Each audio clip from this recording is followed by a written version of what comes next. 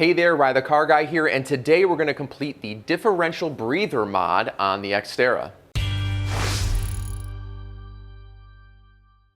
Now we're going to jump directly into the install, but if you want to learn why you might be doing this breather mod, stick around to the end of the video where we talk about that. One more thing, if you feel that this video brought you some value, make sure you head down and like it and subscribe to the channel. And if you really feel like it brought you some value or you saved some money, hit me up with a super thanks. It will definitely help support the channel since I recently quit my job and I'm doing this full time. All right, let's get to it. Now I picked up my relocation kit from All Dogs Off-Road. Of course, link in description if you want to pick that up. But it comes with, of course, the breather, the hose, and the hardware to go screw into the axle case. Now, I opted for the upgraded 7.5 feet, so that way I could guarantee I'm going to get to the rear of my tail light, which is a popular place to relocate the breather to. Now I'm gonna install this sort of in reverse, if you will. We're not gonna start down at the axle case. I'm just going to start at the tail light and then sort of bring it down to the axle case. Now, the reason I'm doing that is because I was reading online on the subreddit, the Xterra subreddit, and some people were saying they ended up with a lot of slack. So what we're gonna do is start here, end up at the axle case, and then just trim our hose to the length that we want it to be, and that way there's not a ton of extra slack. Removing your tail light is crazy simple. You have two 10mm bolts here, and then there's a couple like pressure fit pins that slide in over on the other side. So just pop these off, and then I'm gonna use a body panel remover to pull that off over there. All right, this side's loose. And so I'm just gonna use a body panel remover that's already pretty damaged, but I'm gonna get that over here. There you go. Awesome. And just pops right off. If you don't have this, you can just, kind of gently work your fingers up here and just pull it off. It's not gonna hurt anything. Now here is the rear of the light. And then we have some space down here where we're gonna go ahead and feed that hose. I'm just popping these off real quick so I can set this aside. You don't necessarily have to remove it. So you want to take the non-breather side, because from ADO, the breather comes pre-installed. So just put the non-breather side in here and just sort of work it down. There we go. And what you'll find is it will pop out underneath the Xterra, and then you can just come pull it through. Excellent. So just keep feeding it through until you get the length that you want behind the taillight. Now to retain this up here, you can just zip tie it to this grommet, honestly, because once you zip tie everything down below, all the weight will be supported. It isn't gonna fall down and kind of yank on this. So we'll just grab this here. I'm actually just gonna make a loop. There we go. And I'll get it around the rubber side of it. There we go. Just give it a little tug here. I call that good enough. We can actually leave the taillight off for now as well, and we can push up on this and just make sure it's zip tied down below to secure it as well. So let's head down, take our breather out of our axle case, and replace it with this. Now that we have the hose down below, it's sort of up behind that quarter panel, and so we want to bring it to the inside of the vehicle and start running it up over, over anything that moves or gets hot. So if you look right here, there's a little hole here that looks like it's the perfect size to get our hose through, and that will bring it to the inside. Then we can start running it up over everything. So we're going to start by doing that. So I'm just going to grab it and just run it through that hole there. Excellent. Once that's through, we just pull all that extra slack. Awesome. Now our axle case or axle housing is up here, a little bit further up. And you'll see a couple cross members. There's one here, and there's one right behind it. And of course, I also have a hitch. So just basically run that hose above all of those things, and then we'll kind of zip tie them off to different locations once we have everything in place. So I have it there. Dodge our exhaust. Get it over that cross member up there. Pull our extra slack. And awesome. We are already there because you can't see it yet, but the breather is right up here. So to show you, our breather is there. Then we have our hose. And then we have our hose running all the way above through that bumper mount there. And then of course up to our tail light. So for me, I'm just gonna choose a couple locations to go and zip tie it and just kind of get it secured. The only one that I really think is important is closer to the tail light, because we don't want that all of that pressure on that grommet. That's really just to hold it in place. You want to have the pressure held down here. So kind of push it up a little bit towards the tail light, and then find some locations where you can zip tie it. The rest is really just to guide it, keep it in place, and make sure basically it doesn't touch the exhaust or get caught up in anything. So I decided to zip tie it in 3 places. Both of the little crossbars, the cross members, the one that supports the spare tire, and the one that kind of shoots right across, and then one on my hitch. When you're below the vehicle, it doesn't really matter that much. I just kind of wrapped them around and didn't really worry too much about it. But you know, those were the 3 places that I found make the most sense. So now we are on to actually replacing the breather, the whole point of this video, right?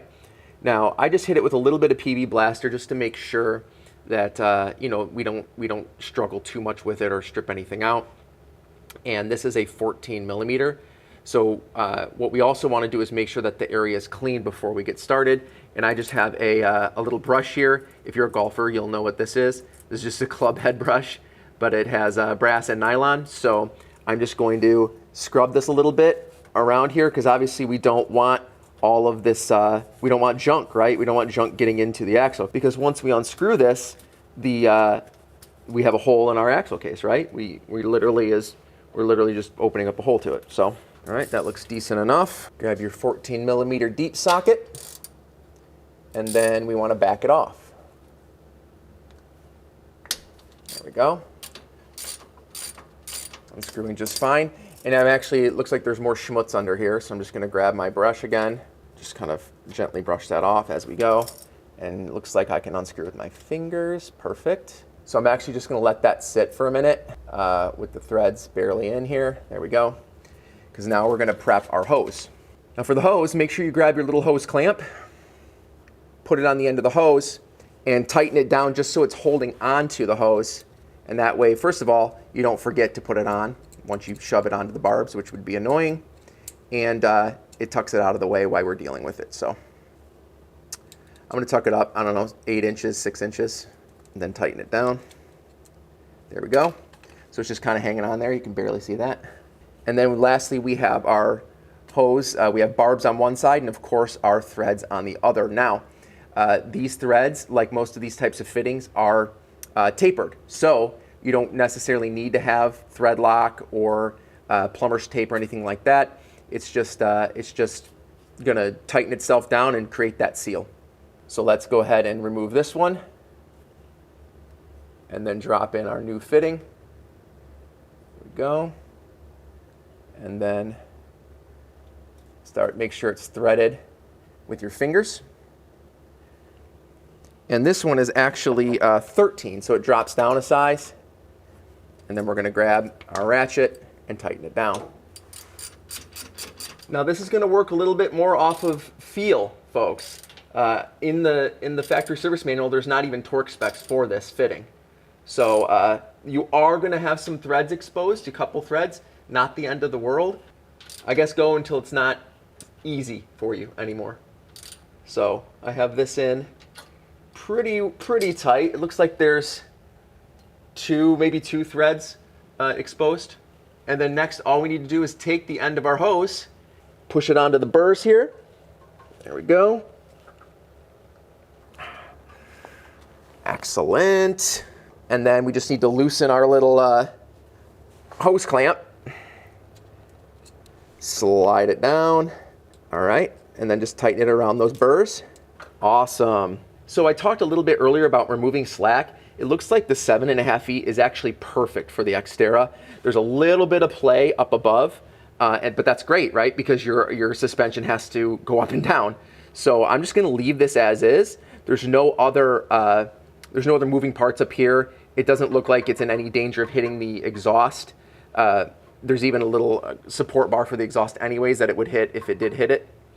So I'm going to leave this as is. This is perfect. We're effectively done. I'm going to clean up and let's talk a little bit about why we would do this in the first place. And of course, don't forget to reinstall your rear tail light. Installing it is just the exact opposite of taking it off. So let's talk a little bit about why we would do this in the first place. And to kind of give you an idea, we need to know what the breather is for and why it exists. And it exists because when your differential is churning and your axles are churning, you're creating some pressure inside of that axle case and inside your differential. And that pressure needs to go somewhere. It needs to be released. And that is the purpose of our breather. That's pretty great, except for what's not great about it is its location. Its location is really not ideal. It's just sitting on top of the axle case. Why is that a problem? Well, think about what hits your axle case, right? If you're off-roading in this, you're gonna have sand, dirt, mud, water, all hitting that little breather down there. Now, the issue is that once that gets clogged, the pressure has nowhere to go. And so if it doesn't get through the breather, it's gonna start pushing out of your axle seals. Which is funny because my Xterra actually has an axle seal leak on the driver's side. I actually don't think it's related because my breather looks like it's in pretty good condition, but eventually we're gonna replace that and make a video on it, so stay tuned. So that's really the main purpose of why we would move it to a different location, right? Because it's gonna avoid it being packed with dirt, sand, mud, water, and all of that. Especially if you submerge your axle. So if you do like creek crossings or river crossings in your Xterra, then this is a perfect mod for that, right? Because now you don't have to worry about getting any water in there. If you ever read warnings on manuals, it will say if you ever submerge your axle, then you should be swapping out all of your gear oil. It's for that exact reason. It's worried about getting water through that hole. Another reason you might want to do it is the reason I'm doing it. I just don't want to have to worry about it. I replaced an old breather. I just said, hey, if I'm going to replace it anyways, I might as well move it up to the tail light and never have to worry about it. So that will about do it for this video. If you have any questions or comments, please go ahead and put them down in the comments below. The link to this kit that I used is down in the description. And if you like this video, please go ahead and hit that like button. Subscribe for more content like this. And if you really liked this video and you thought it brought you some value, please consider hitting me up with a super thanks. But in the meantime, super thanks to you for watching this video, and we'll see you in the next one.